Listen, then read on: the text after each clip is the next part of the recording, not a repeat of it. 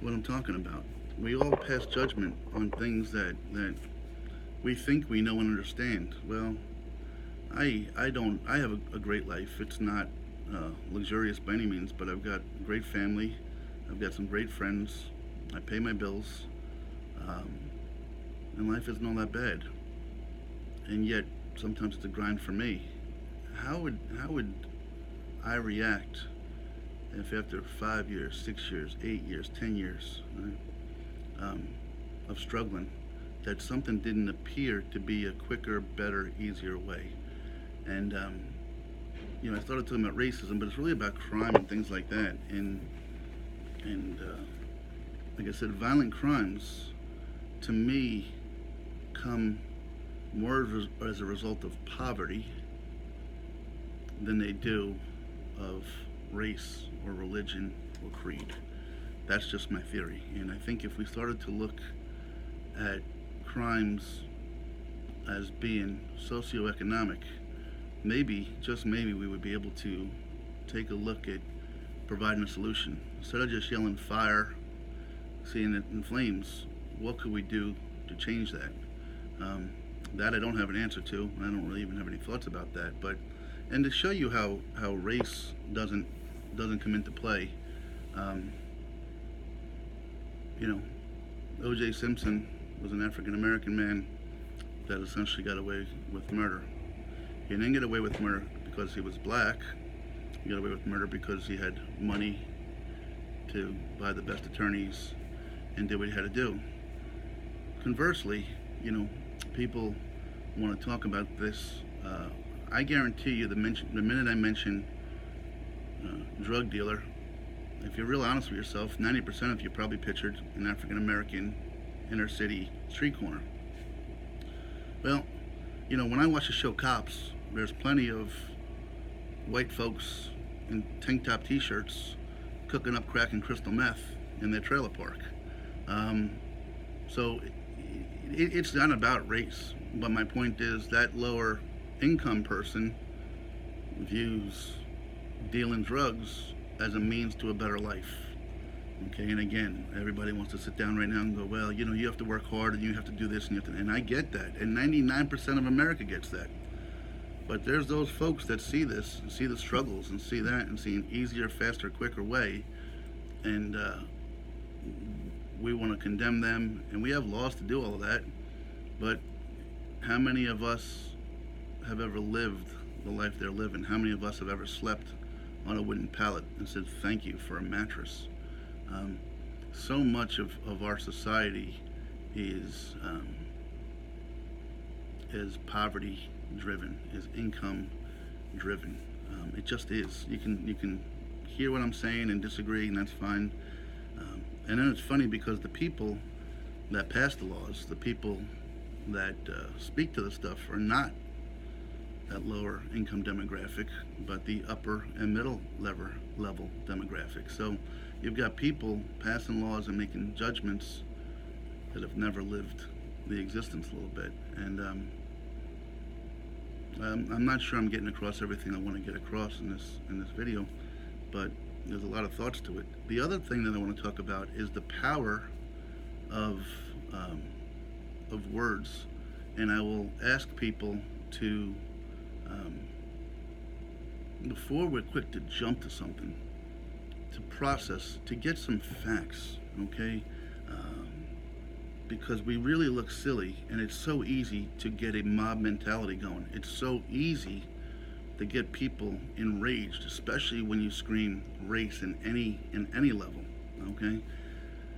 Example, many years ago, there was a young lady, I think it was in Yonkers, New York, African American woman that I don't remember the reasoning. I think she got caught out late one night and didn't want to go home and get caught, but essentially claimed to have been accosted and assaulted by a group of white men, that they smeared feces on her and they abused her and things like that. And the minute she said that, there was not rioting, there was parades, there was people defending her, there was the Reverend Jesse Jackson and Al Sharpton, and didn't care about what the facts were. They just wanted to come and scream injustice. And again, guys, I'm not claiming there's not tremendous injustice out there still that requires communication and requires a platform and requires us working together. But because somebody says it, we shouldn't just scream it and just pour gas on the fire. And as it came out to be, it turned out this young woman had created and fabricated a story to get her own agenda, her own result the way she wanted to. And that's the point I'm trying to make. A few years after that, there was a woman in South Carolina, shares my last name, my surname, Smith. This woman did, I can't even begin to think what and why, but she took her 2 kids strapped in the back of her car and drove the car into a lake. Wow. But you know, she wanted to have her story out there, so what did she do? What was real convenient to do? When she reported to the police, she said, I was carjacked by 2 black men. And boom, there it goes. Now it's about race, and we're gonna go look for 2 black men, and the whole black community is gonna be pulled over and looked at because these people were so, and I don't mean these people in a racial meaning, these people that are being profiled are being accosted because of some fabrication some crazy psycho person came up with. You know, the minute she said black people, people ran with it. The minute Tawana Brawley said white people, that's what it became about. It didn't become about finding out truth. And that's what I think needs to be done. We can scream something and we run with it. Most recently, and I want to kind of go off track here a little bit. So people have asked me what I'm going to miss. One of the things I'm going to miss is 2 sports radio shows that I listen to, and I encourage you guys to go listen to them as well and get the podcasts. I'm going to be podcasting while I'm out on the road, but I've come to find that listening live is a whole lot more enjoyable than the podcasting. But the first one is a show called The Ben Maller Show, and he does overnights. And why I'm so attracted to this show is because he just reminds me of me and my buds. He's a sultan of sarcasm. He's got a great group of guys that works with him. The overnight callers, they're a breed of their own. It's a funny show. It's informative. I've been on it many times for some game shows. But if you can, go search and look up and follow the Ben Maller Show. I really encourage you to do that.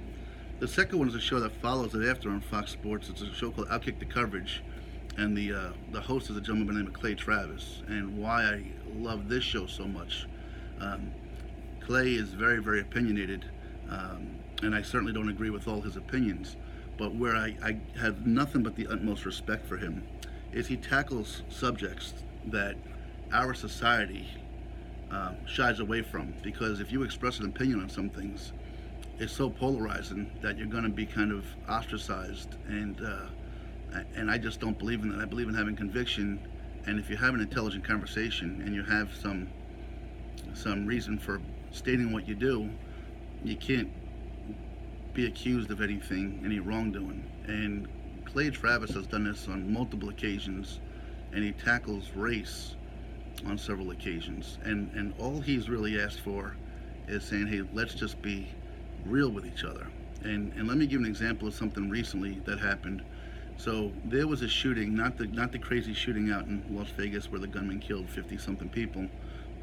There was a shooting out in Vegas, and there was a NFL football player by the name of Michael Bennett. And Michael Bennett was questioned by the police because of how he was behaving and acting in the moment. Now, what's funny to me is Michael Bennett does a lot of good. Apparently, he's got many charities and is very giving to the community. He's not in Seattle anymore, but he was. So there's a guy that does so much positive stuff. And when he got questioned and detained, I'm not sure what was going through his mind, but he decided that he was going to scream injustice and that he was profiled, that he was going to advance his cause by saying how he was profiled as a black man in Vegas during the shooting.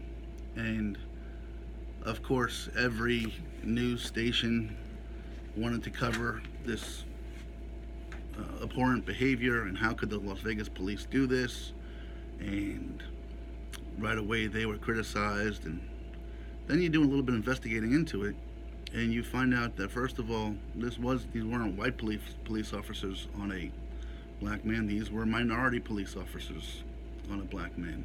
So to me, that takes some of the element of racism out of it, that you're screaming and trying to pour gas on the fire. And then when the Las Vegas police does their investigation, it comes out to be that they did everything absolutely by the book. There was no form whatsoever of any profile and racism. They treated him with dignity and respect, and yet this man still came out and tried to further his agenda by saying this.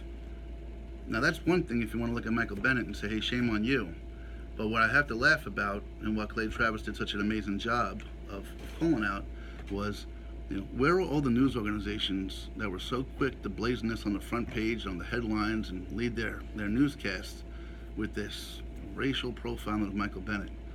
Once it was found out that it was erroneous, you heard nothing, right? And again, the power of words and the power of screaming these things is just insane. And to Clay Travis's, benefit, or not benefit, to where he gets my respect, is he talks about this. And, much like myself, I don't think he's claiming that racism doesn't exist. But I think you actually, when you're trying to propose or forward an agenda based upon false claims, you actually do that agenda more of a disservice.